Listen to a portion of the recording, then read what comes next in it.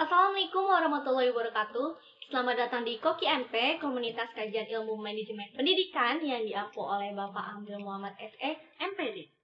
Saya, Anika Rosalbila, dengan NIM 10103620037 dari MP 2020B, izin menjelaskan ringkasan buku 33 Inspirasi Coaching untuk Indonesia. Dari chapter book 10, yaitu 5 prinsip Erikson untuk hidup lebih berdaya.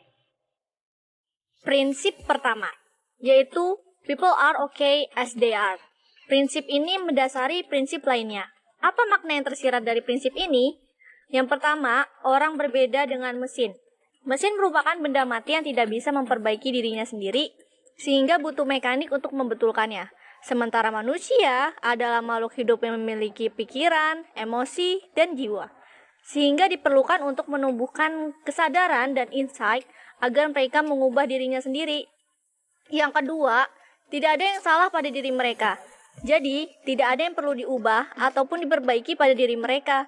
Justru harus menggeser fokus dari masalah kepada proses pencarian dan penemuan jawaban atas segala pertanyaan dalam hidup. Yang ketiga, pada dasarnya setiap orang punya potensi, sehingga perlu penggalian terhadap potensi tersebut.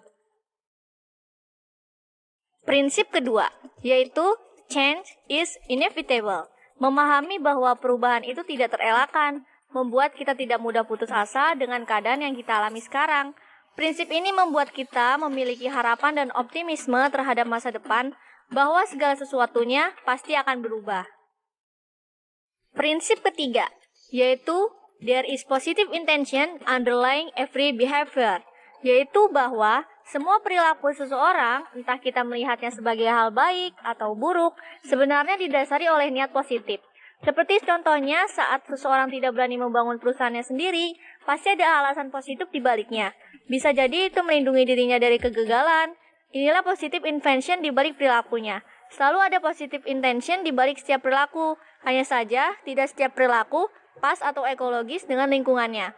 Lalu, apa manfaat kita mengenali positive intention? Karena agar membuat kita tetap respect terhadap apapun keputusan yang diambil oleh orang lain. Prinsip keempat, people always make the best choice at the time, yaitu bahwa setiap keputusan dan tindakan seseorang pada dasarnya adalah keputusan yang paling tepat dan paling baik berdasarkan sumber daya dan pilihan yang tersedia saat itu. Perlu diketahui bahwa setiap keputusan dan tindakan seseorang adalah sempurna berdasarkan pengetahuan, skill, dan pengalamannya masing-masing. Jika sekarang ia merasa keputusan yang lalu tidak tepat, itu terjadi karena saat ini sumber dayanya sudah bertambah, sehingga pilihannya menjadi lebih luas.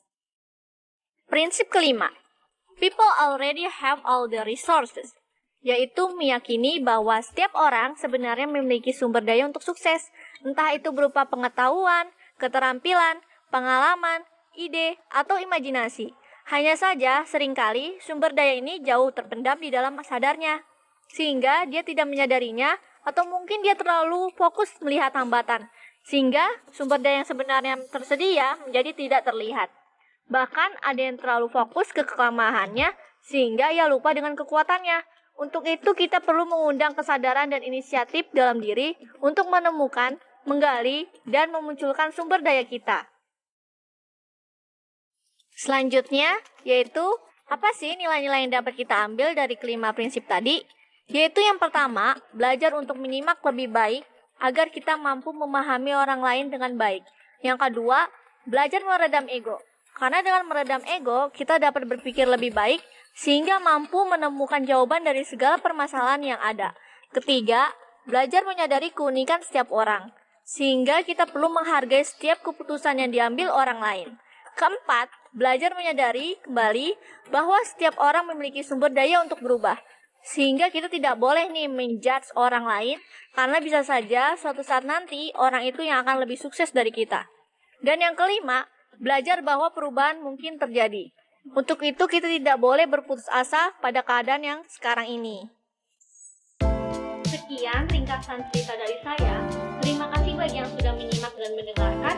Mohon dimaafkan apabila ada kesalahan kata. Wassalamualaikum warahmatullahi wabarakatuh.